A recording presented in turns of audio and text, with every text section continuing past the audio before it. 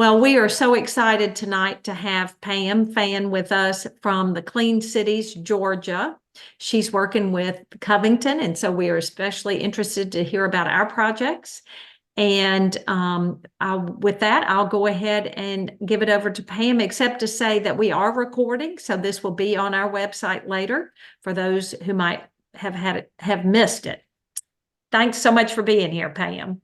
Thank you. And thank you for the wonderful introduction. I'm glad to be here to talk to you all about the amazing work we've been doing with City of Covington. So I'm Pamela Fann. My company is Integrated Solutions.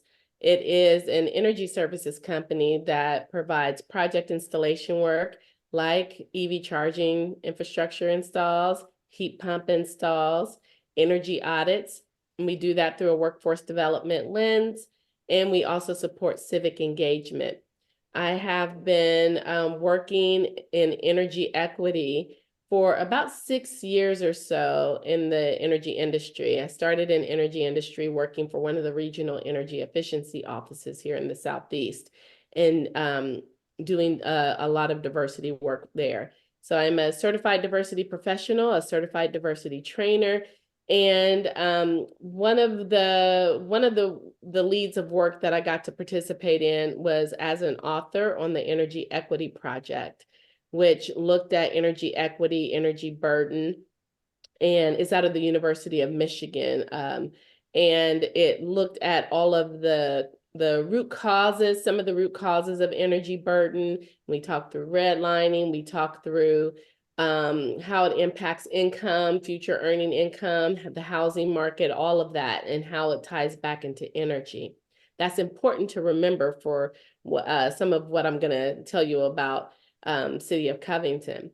So as I've been doing this work and consulting, Clean Cities asked if I was interested in supporting their work in creating clean transportation plans with communities. And so I jumped at the opportunity to do that since my company installs EV charging infrastructure. And I'm very passionate about ensuring that folks who are both in disadvantaged communities or priority communities, which we consider rural communities, as well as maybe some inner city communities, but communities that typically wouldn't be looked at for innovation, and making sure that we're not leaving them behind as we're having these discussions about a clean transition. So as we started looking for communities to engage in this work, I actually looked at the disadvantaged community tool through the Department of Energy. They have an energy equity tool. And I identified through their Covington. Covington seemed interesting to me because it was a rural community. It's still considered a rural community. Everyone was working in Atlanta and Metro Atlanta. There's a lot of transportation projects happening there. There's a lot of other projects, solar projects and things of that nature, which need to happen in the city as well. But, you know, I really wanted to focus on you know, our people in the rural areas to ensure that they're also being thought about as a part of this clean transition. So we chose City of Covington. I also chose City of Jackson. I had already been working with a community-based organization there, and they were really excited about the thought of thinking about clean transportation. The thing, both of you all cities are right along major highway corridors, both cities.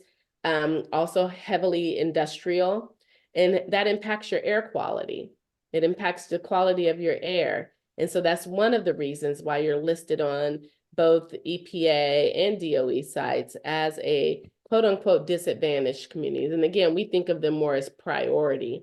So the fact that everyone has to drive there to get back and forth, whether it's to work or to play or to groceries and things of that nature, and the fact that you're along a major highway corridor, and the fact that you've got major industrial in your area emitting a lot of greenhouse gases, puts you as prime candidates for the thought of creating clean transportation. So we began the process with not just identifying the community, but then we did an outreach to the city managers and talked to them about how would you be interested, and what do you think? Do you think the community would be interested? Because the important part about this role that I've taken on is that it's community led. We are doing whatever the community wants to see done. While we have ideas in mind when we see landscape and we talk about certain things that are important in the community, and we might make suggestions, it's up to the community and up to you all what you want to see happen as a part of your clean transportation planning. So I'll stop there for a second, and then I'll talk through the Clean Cities Georgia slides to let you guys know a little bit about them, and then I'll talk more about the process that I've been working on with City of Covington. But if you all have any questions at all, don't hesitate to interrupt, put your hand up. I can see everyone since there's few of us, and just let me know if you have a question, and we'll stop as we go along. Pamela, Yes. are most metro counties disadvantaged? No. No.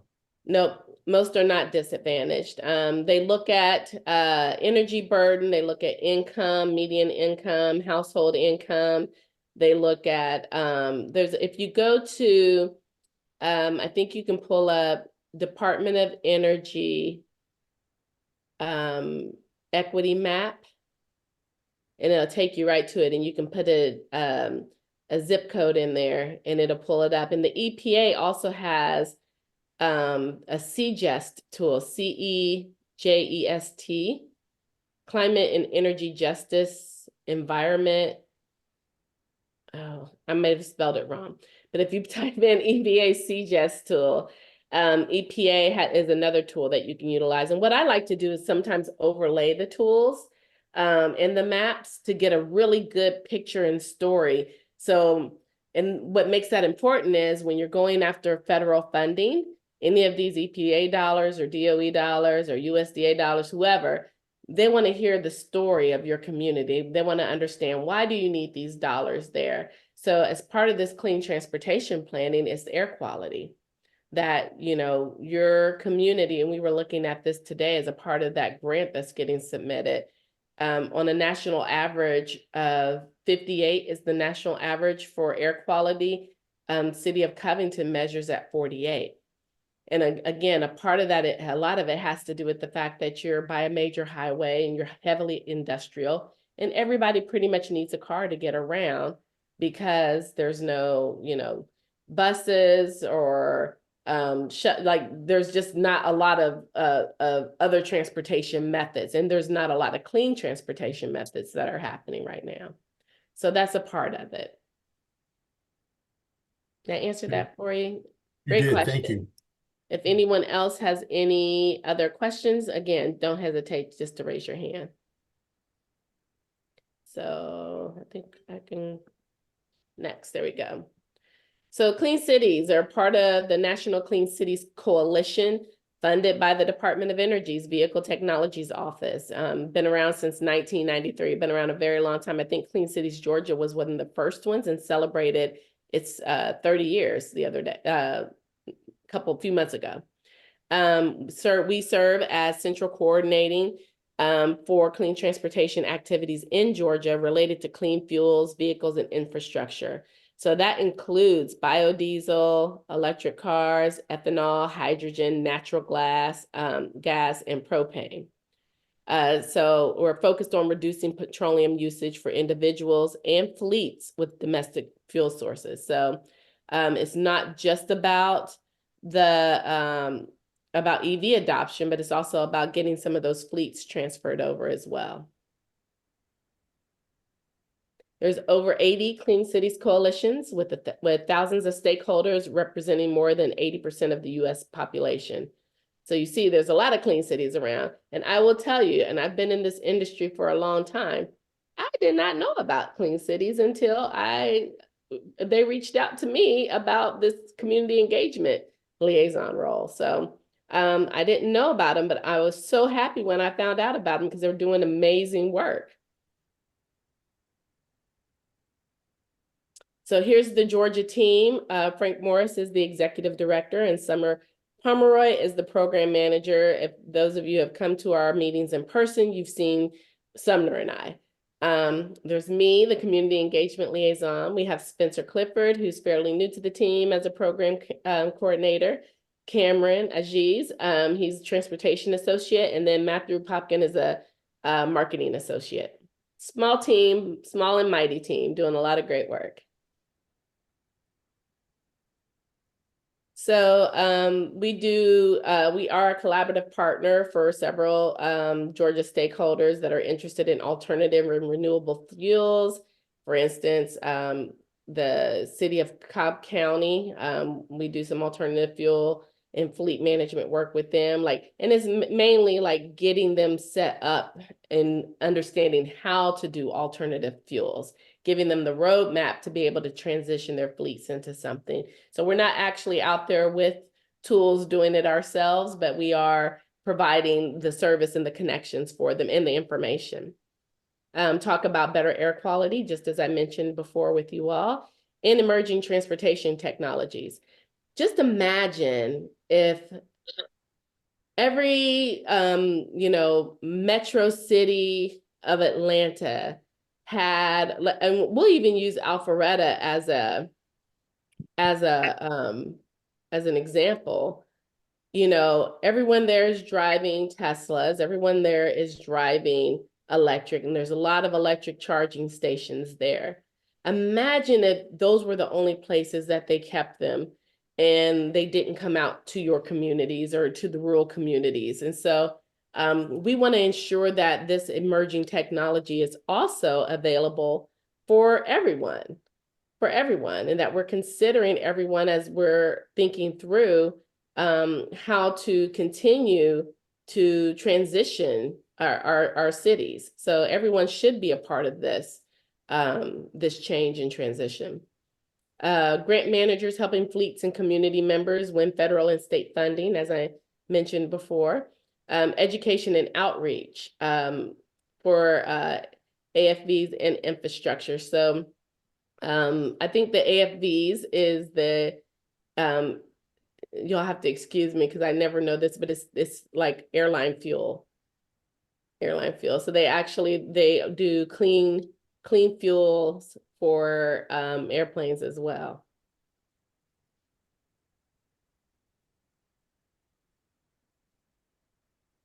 One of the programs that Clean Cities supports is called the Empower Workplace Charging. This is a DOE-funded workplace charging grant focused on equity with over 30 states. It's increasing education and outreach to local businesses and getting them to install charging station there as a benefit to employees. While it's not funded for the installations, we do work to connect businesses with the resources to help pay for some of the installs. So many times it's going to be through tax incentives right now. So if you know businesses who may be interested in, yeah, we'd like some EV charging here at our business for our employees, let us know, because my company goes out and does the assessments, and we assess and we figure out how much it's actually going to cost, and give you that assessment, and then you can see that it's actually very feasible to do. And then we actually try to help you figure out how to either get the money to do the install or get those tax incentives that will cut it down significantly.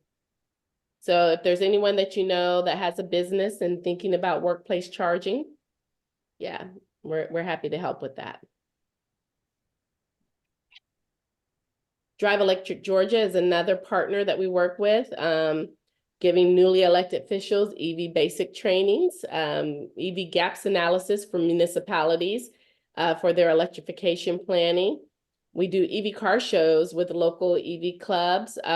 We put this in your grant for as part of the GFA grant, that like once we get these charging stations installed, we want to come out there and do an EV car show with the community, so we can get them educated around, what are these new charging stations? What if we want to be able to get a car? Cars are more affordable, but people need to feel comfortable, understanding that. And so, yeah, we do a lot of those car shows. Clean energy road shows, we do that as well. Public engagement, public education partnership. So just building awareness about EV charging, all the other clean fuel alternatives as well. And so that's a big part of the work that we do, education, awareness, and we can show you better than we can tell you. So come out to a car show or an energy road show and learn more about it that way. We had a transportation summit that we held last year at the 30th anniversary. So that was back in September. A lot of great folks there. We had Department of Energy, of course, that showed up. We had a great message from Secretary Granholm.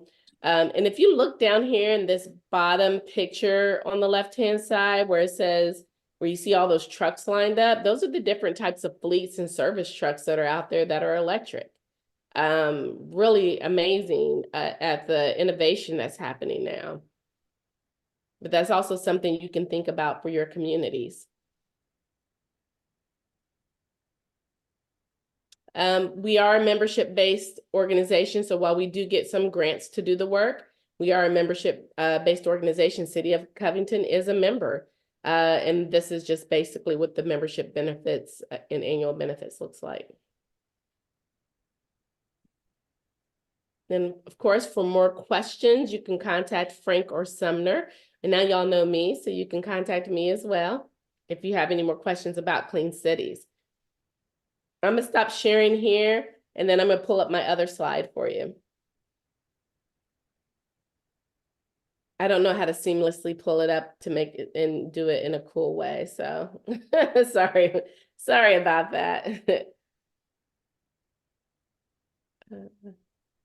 Full screen, there we go.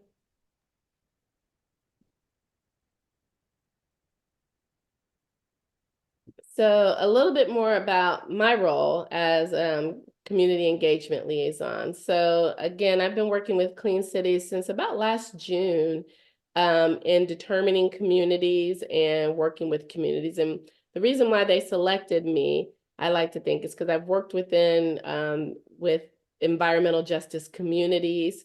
I've worked closely with community members, in particular, not just on transportation, but also on other energy efficiency measures. And so, something I'm very passionate about. And I'm really glad that they selected me to come work with them, because I feel like we've been able to do some really great work in communities.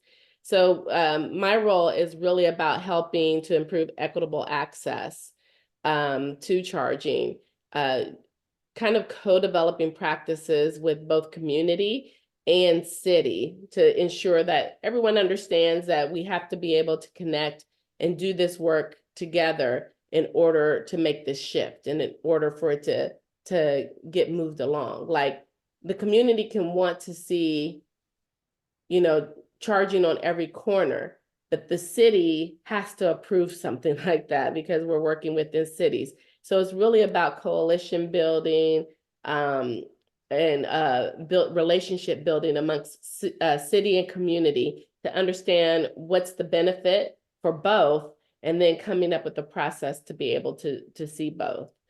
So for me, it is about improving air quality, which then improves health as well.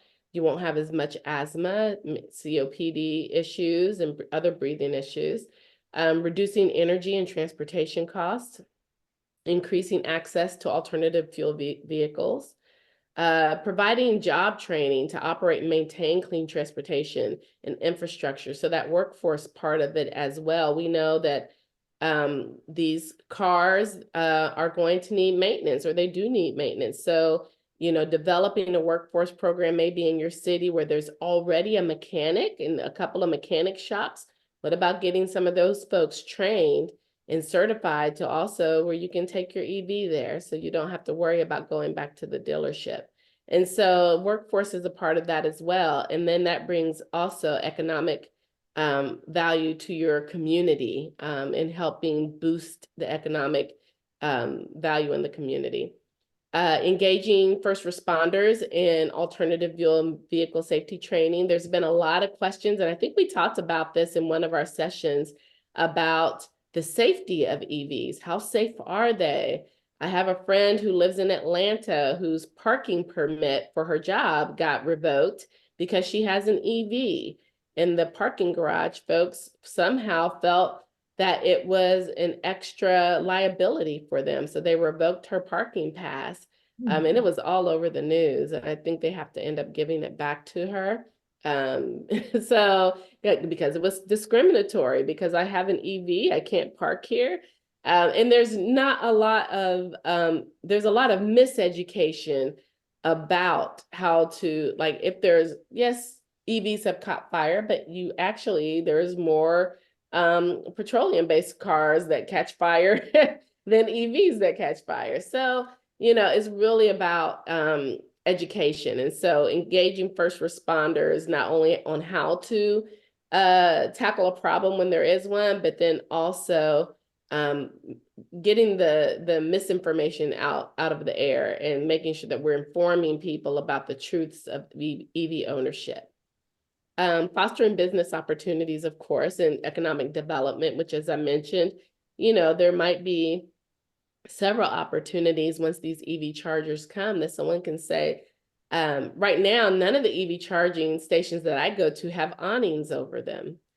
And so, I was like, oh, that would be a great business for someone if they develop these awnings just for EV charging stations, so there's a lot of opportunity out there for people. Like my business, we do EV charging infrastructure work. There's a lot of companies now popping up that do EV charging infrastructure work.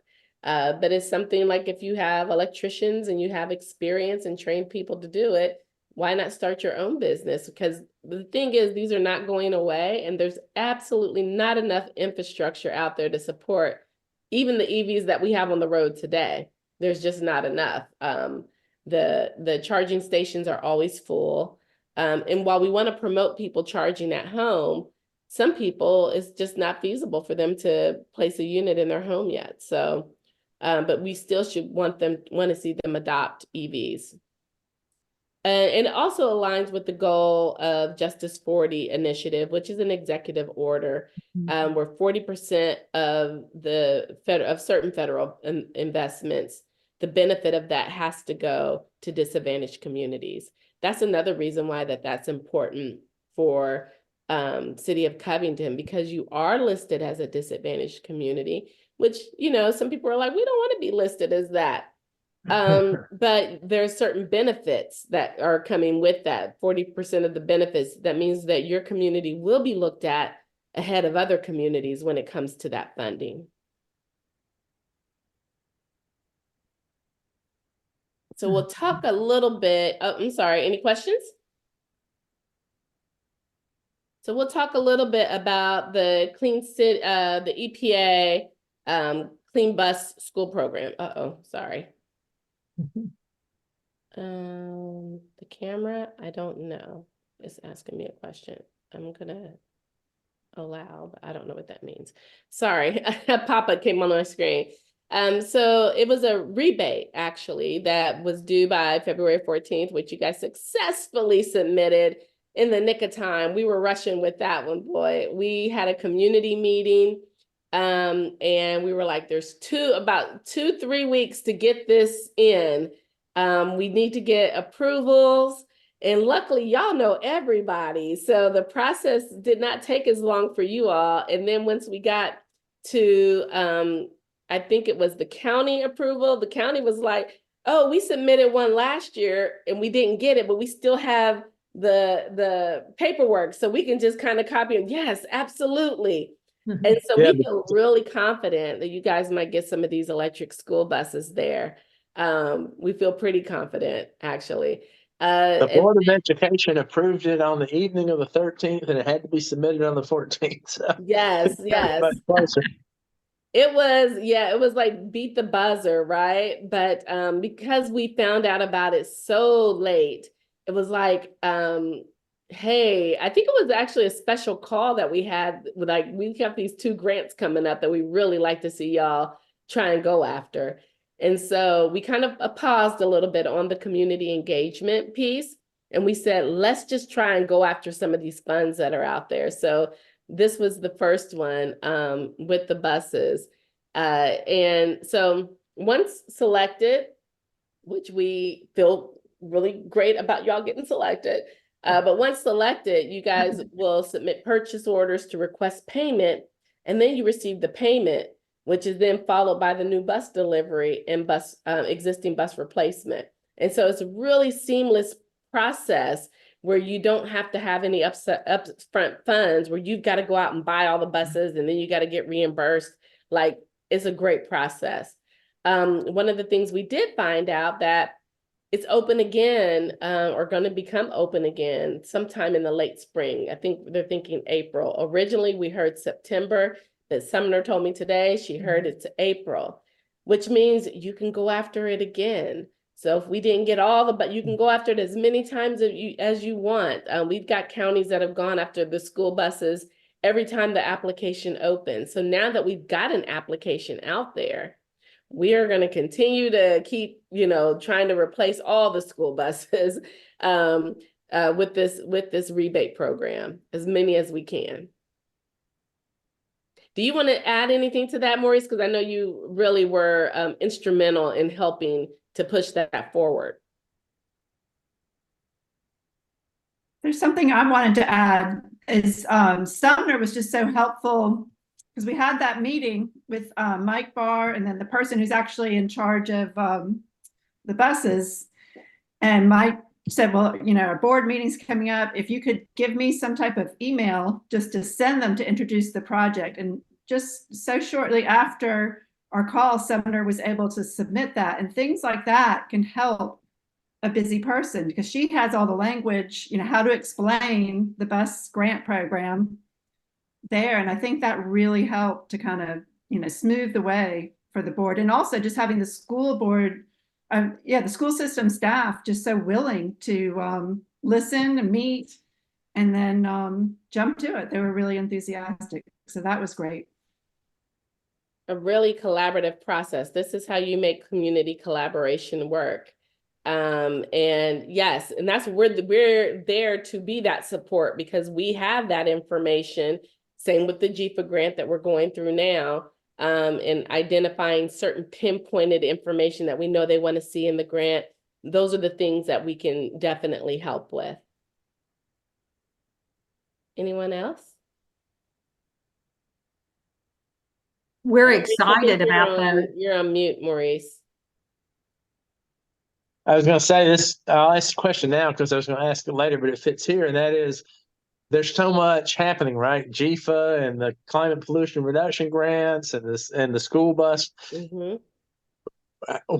It used to be we found out about them a month after the application deadline. Now we're finding out a month before. So that's progress. But with the communities you've worked with, what are the key success factors to staying ahead of these things?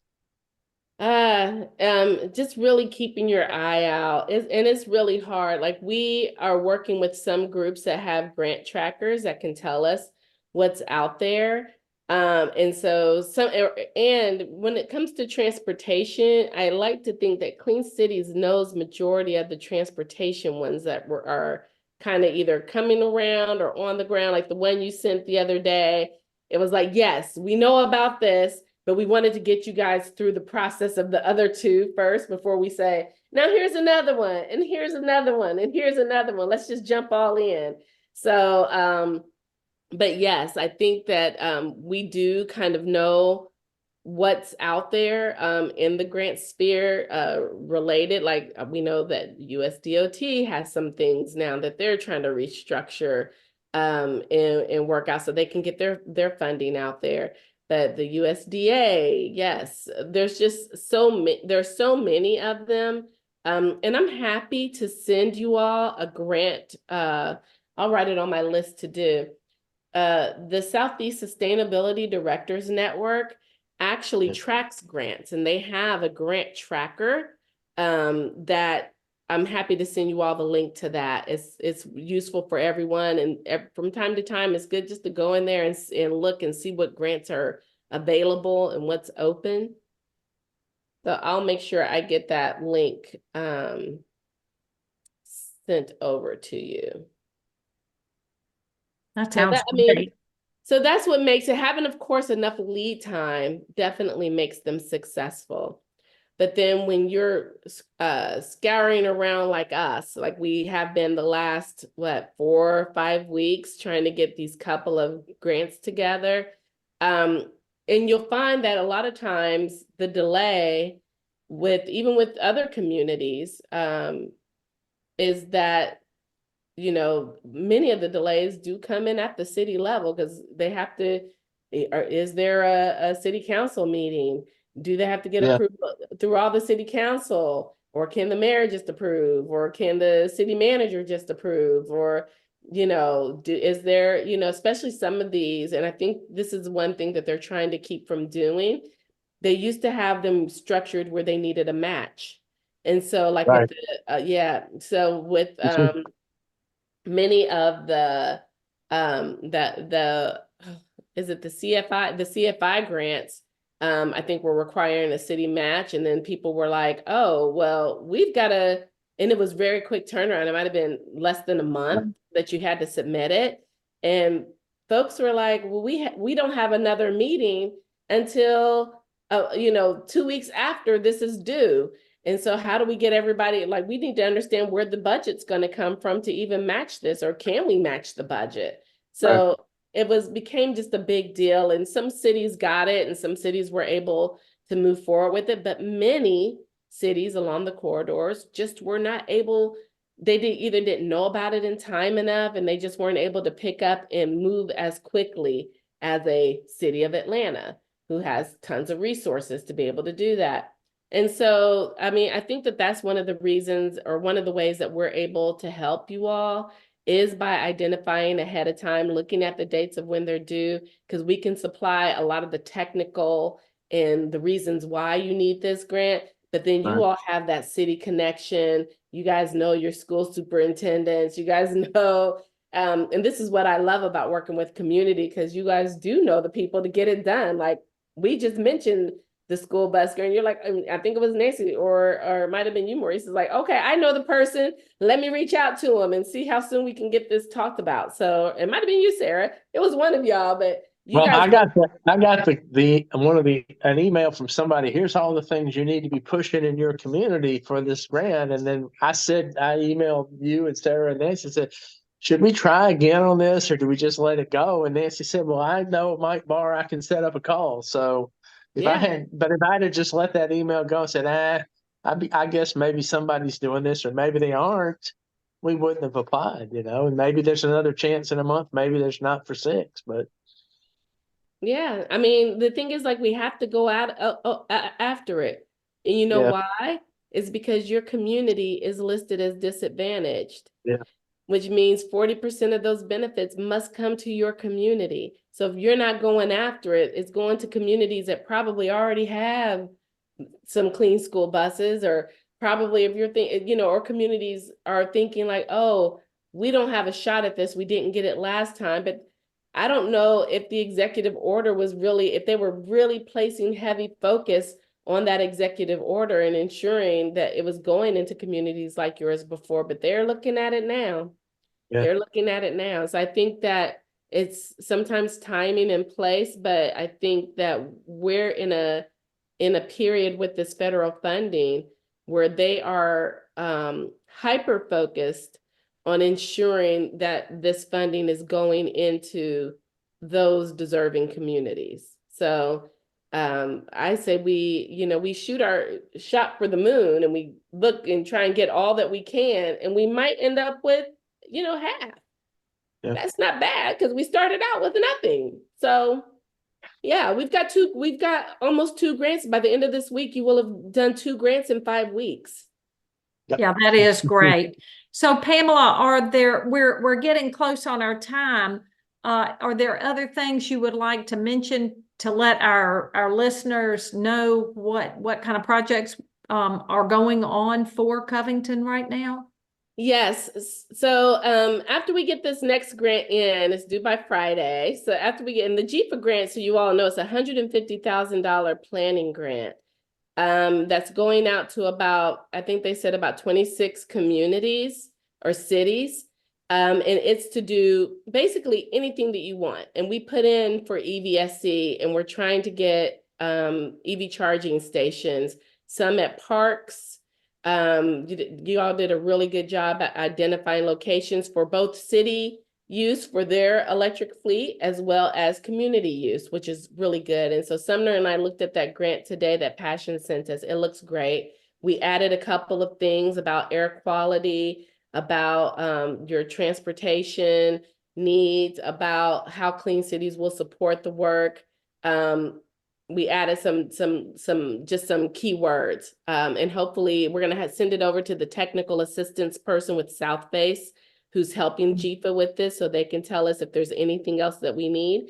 And we're gonna submit it by Friday. So fingers crossed that 150,000 comes to your community to start implementing some of these things that you all said that you wanted to see, starting with the EV charging infrastructure.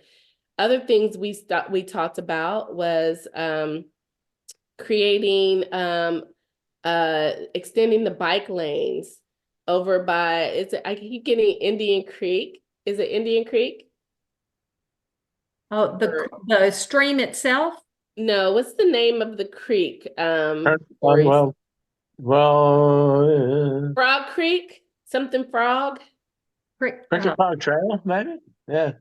Well, we The talked Cricket about Park, yeah. several areas to connect community to and extending a bike lane that actually then connects over to Oxford College. So we talked about that, which Sumner and I had a really great discussion with the Atlanta Regional Commission. They, in its City of Atlanta, they did a rebate program on e-bikes. And so they're trying to get that extended. And so we asked them about our cities, and we're looking at how we can get a rebate program.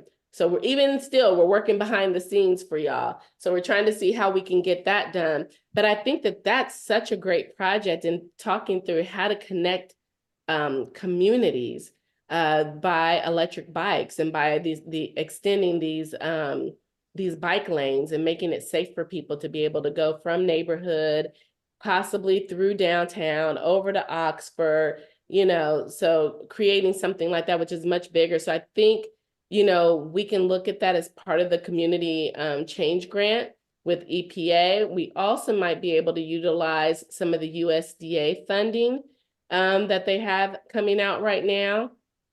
So they've got another grant for rural transportation and connecting rural communities. And so we're going to look at all of the options for that. So that's probably what we'll talk about more when we all meet again. But we wanted to get you all through the 15th first. So extending that bike lane, we've talked about electric shuttles, in particular for folks who are maybe at elderly centers and things like that, and getting them around town.